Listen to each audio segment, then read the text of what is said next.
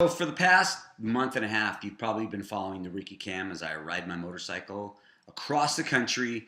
I did it with Tammy. I did 6,200 miles, rode from New York to Los Angeles, posted a lot of great videos. And that was the Riki Cam. But what you haven't seen is Riki's rant, and that's because I haven't done it for, I guess a couple years now. And I have to rant right now because I don't want to keep posting Twitter posts and answering emails and going on message boards. I got to talk about this. Most people still know me from rock and roll, Cat House, Headbangers Ball, etc. But I have been working in NASCAR for 10 years. This was an idea of my own to work in NASCAR because I've always had an incredible passion for stock car racing, and 98% of the people that I know don't care about it at all. I'm on 100 radio stations talking about rock and roll and racing, and I get letters all the time from people that I personally turned on to NASCAR. That makes me feel really good. And I make a living, a good living, talking about NASCAR and playing rock and roll, and I've done that for over a decade, so I know I'm very, very lucky. I'm going to explain what happened Saturday night at Richmond International Raceway. If you don't know anything about NASCAR, I'm not going to go over, how you get in the chase and the point ramifications and all that other stuff. I'm just going to tell you my opinion on what happened with Brian Vickers, with Clint BOwyer, with Martin Truex Jr., and how it affected Ryan Newman and Jeff Gordon. First, I'm going to talk, if you know about these things, this is going to make sense. To the rest of you, it probably doesn't. So basically, this is just my NASCAR Riki rant, okay?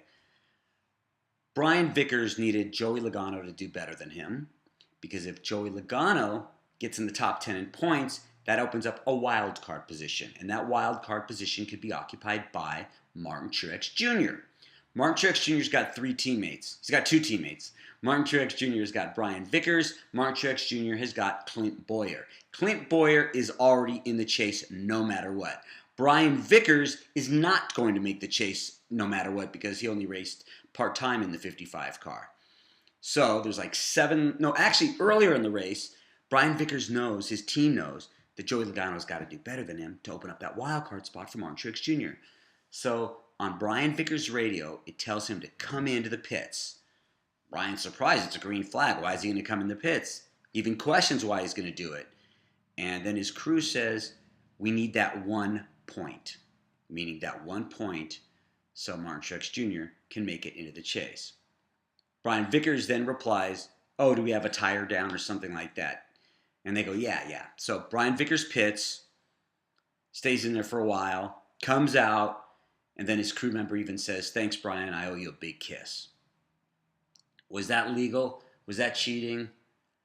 I guess it was a strategy. I guess it was sort of cheating. I understand why they did it. They do it in Formula One all the time. But yeah, that was sort of cheating. So then Brian Vickers comes out last lap. I guess they don't have the points. I guess Joey Logano needs to do better. So last lap, everybody's going like 120. Some people are going 115. Brian Vickers is going 79 miles an hour. So Joey Logano ends up ahead of Brian Vickers. Now that's not enough because Ryan Newman, if he wins the race, that will also knock Martin Truex Jr. out of the race. Out of the chase for the championship. So there's a couple laps to go. Clint BOwyer's radio comes on and says, hey, does your arm hurt? Must be hot in there. Maybe you better itch it. And bam, Clint BOwyer spins out. Dale Earnhardt Jr. was right behind him. Said that it looked intentional. I saw the in-car audio. You have no idea how much I hate saying this because if I was going to hang out with any driver in the Cup Series, it'd probably be Clint BOwyer. And Clint BOwyer spun intentionally. Him spinning intentionally caused a caution. Ryan Newman did not win the race, and it let Martin Truex Jr. take that final wild card spot. That, ladies and gentlemen, there's no way you can put it another way, is cheating. It's wrong. It can really hurt the sport of NASCAR. I've heard people say, you got nothing but WWE now. It's not like WWE. WWE has a predetermined winner. This wasn't a predetermined winner.